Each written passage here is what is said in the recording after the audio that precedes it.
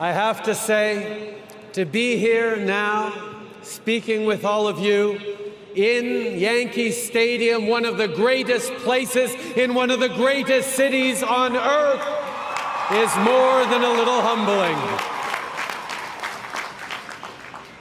My friends, you are now NYU graduates, the best and the brightest. You have great potential and possibilities, and therefore you have enormous responsibility too.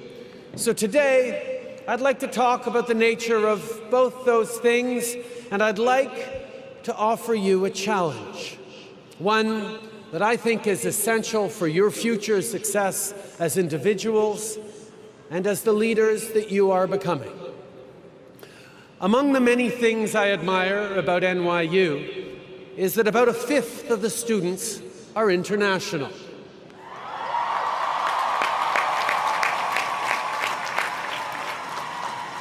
And a similar proportion are the very first in their families to go to college.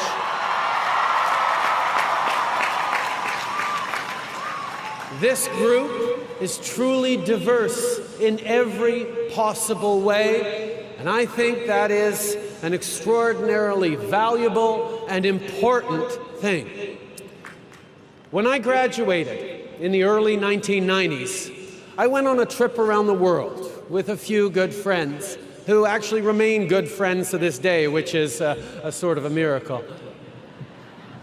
We trekked and traveled, mostly overland, from Europe to Africa to Asia, and that remains one of the great formative experiences of my life. It was an amazing adventure. It was also a really important contributor to my continued broader education, because it forced me, really for the first time as an adult, to meet, engage, befriend people whose views and experiences, ideas, values, and language were very different from my own. See, when a kid from Montreal meets a Korean fisherman living in Mauritania, befriends a Russian veteran of their Afghan war, or a shopkeeper and his family living in Da Nang, interesting conversations always happen. Now, maybe some of you have talked about doing something like a great trip like that after graduation. But I'd be willing to bet one of the first things you heard was a warning. You can't do that in this day and age. It's not safe. But here's my question. Is it really just the issue of physical safety that makes our loved ones so anxious at the idea of us getting out there? Or is it the threat that if we look past our frames, the frames of our own lives, of our own communities' structured values and belief systems, to truly engage with people who believe fundamentally different things, we could perhaps be transformed into someone new and unfamiliar to those who know and love us? See, there's no question that today's world is more complex than it was in the mid-1990s. There are serious and important problems that we're grappling with and will continue to grapple with. But we are not going to arrive at mutual respect, which is where we solve common problems, if we cocoon ourselves in an ideological, social, or intellectual bubble.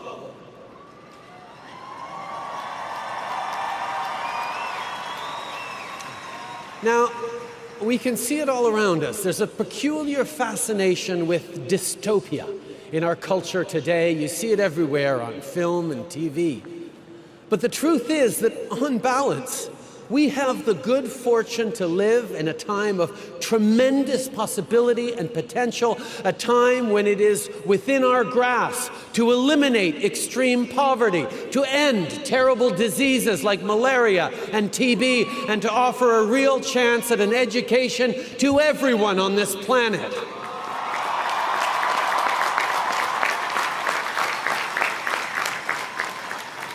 But for us to move forward, to keep moving and moving forward, we have to do it together, all together. Humanity has to fight our tribal mindset. We go to the same church? Cool, you're in my tribe. You speak my language? You're in my tribe. You're an NYU alumni? You're in my tribe. You play Pokemon Go? You're a vegetarian. You like the Yankees? You go to the gun range? You're pro-choice? Tribe, tribe, tribe. See, but of course, it's not the belonging part that is the real problem. It's the corollary. You are part of my tribe, and they are not. Whether it's race, gender, language, sexual orientation, or religious or ethnic origin, or our beliefs and values themselves, diversity doesn't have to be a weakness. It can be our greatest strength.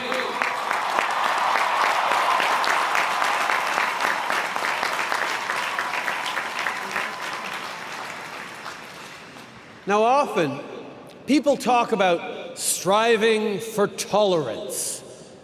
Now, don't get me wrong, there are places in this world where a little more tolerance would go a long way.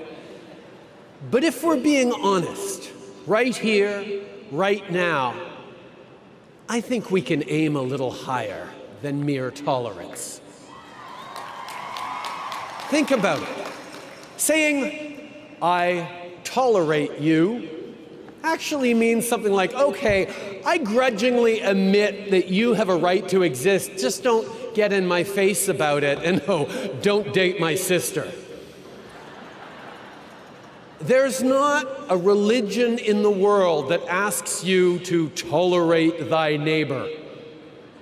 So let's try for something a little more like acceptance, respect, friendship, and yes, even love.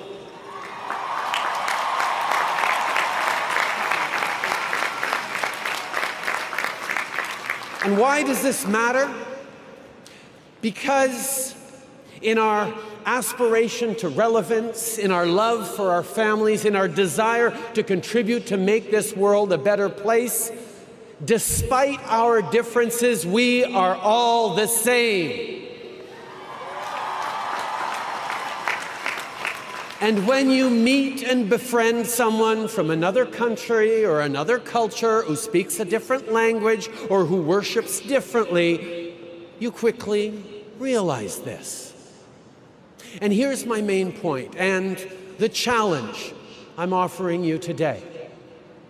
Our celebration of difference needs to extend to differences of values and belief too. Diversity includes political and cultural diversity. It includes a diversity of perspectives and approaches to solving problems. See, it's far too easy with social media shaping our interactions to engage only with people with whom we already agree, members of our tribe. Well, this world is and must be bigger than that.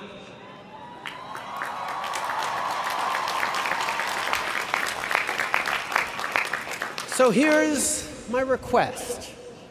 As you go forward from this place, I would like you to make a point of reaching out to people whose beliefs and values differ from your own. I would like you to listen to them, truly listen, and try to understand them and find that common ground.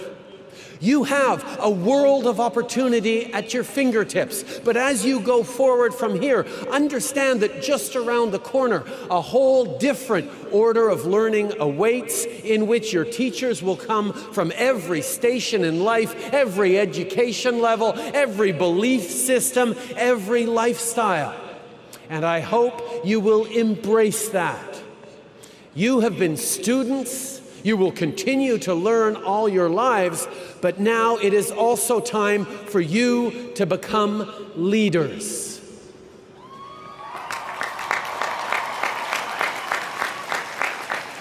In every generation, leaders emerge because they one day awake to the realization that it's not up to someone else to fix this problem or take up that cause. It's up to them. So now is the time for you to lead. Leaders. Now, I'm sure that's a word that's been tossed around you and at you quite a bit over the past few hours, days, weeks, and years.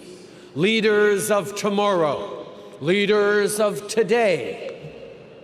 But what does it mean? What attributes does a 21st century leader need to have? What do people need most from their leaders today and tomorrow? Now, I think you need to be brave, really brave. And I know when you think of courageous leaders, you think of those folks who stood implacably and fearlessly anchored in their sense of rightness, willing to pit their ideas against all comers, against the slings and arrows aimed their way. Well, I don't think that's brave enough. I don't think that's good enough for what our shared future will ask of you. I actually don't think it's ever been good enough. Leadership has always been about getting people to act in common cause. We're going to build a new country. We're going to war. We're going to the moon. It usually required convincing or coercing a specific group to follow you. And the easiest way to do that has always been through tribal contrasts. They believe in a different God. They speak a different language. They don't want the same things as we do. But the leadership we need most today and in the years to come is leadership that brings people together.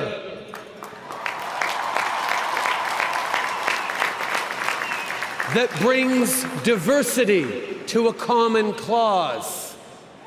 This is the antithesis of the polarization, the aggressive nationalism, the identity politics that have grown so common of late. It's harder, of course. It's always been easier to divide than unite.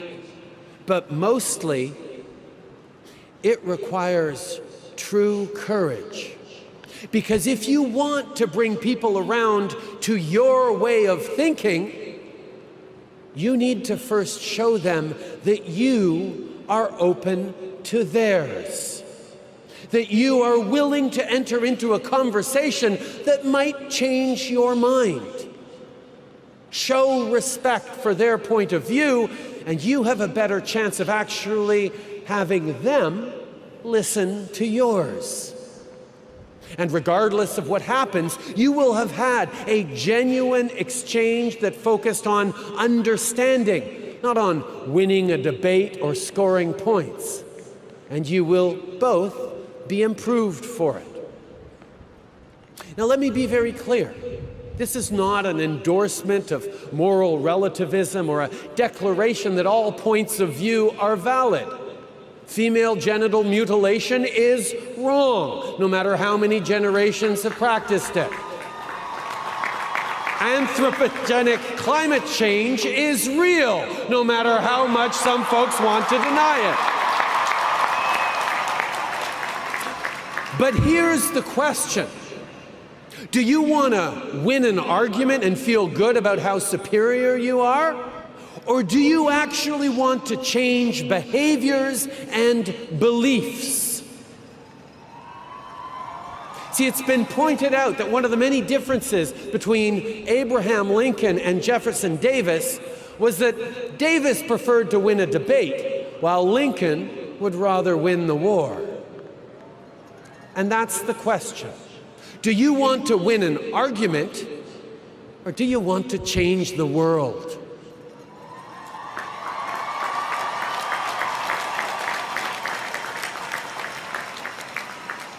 with malice toward none and charity toward all. Let those words of this country's greatest president guide your ambitions, your hopes for yourselves, your families, your country, your planet. There is no shortage of cynicism and selfishness in the world. Be their answer, their antidote. I am abundantly optimistic about the future because of you. It is yours to make and mold and shape. The world eagerly awaits, indeed requires, your ideas, your initiative, your enterprise, your energy, your passion and compassion, your idealism and your ambition. But remember that true courage is the essential ingredient in all your efforts. Congratulations, class of 2018. Now go change the world. Merci.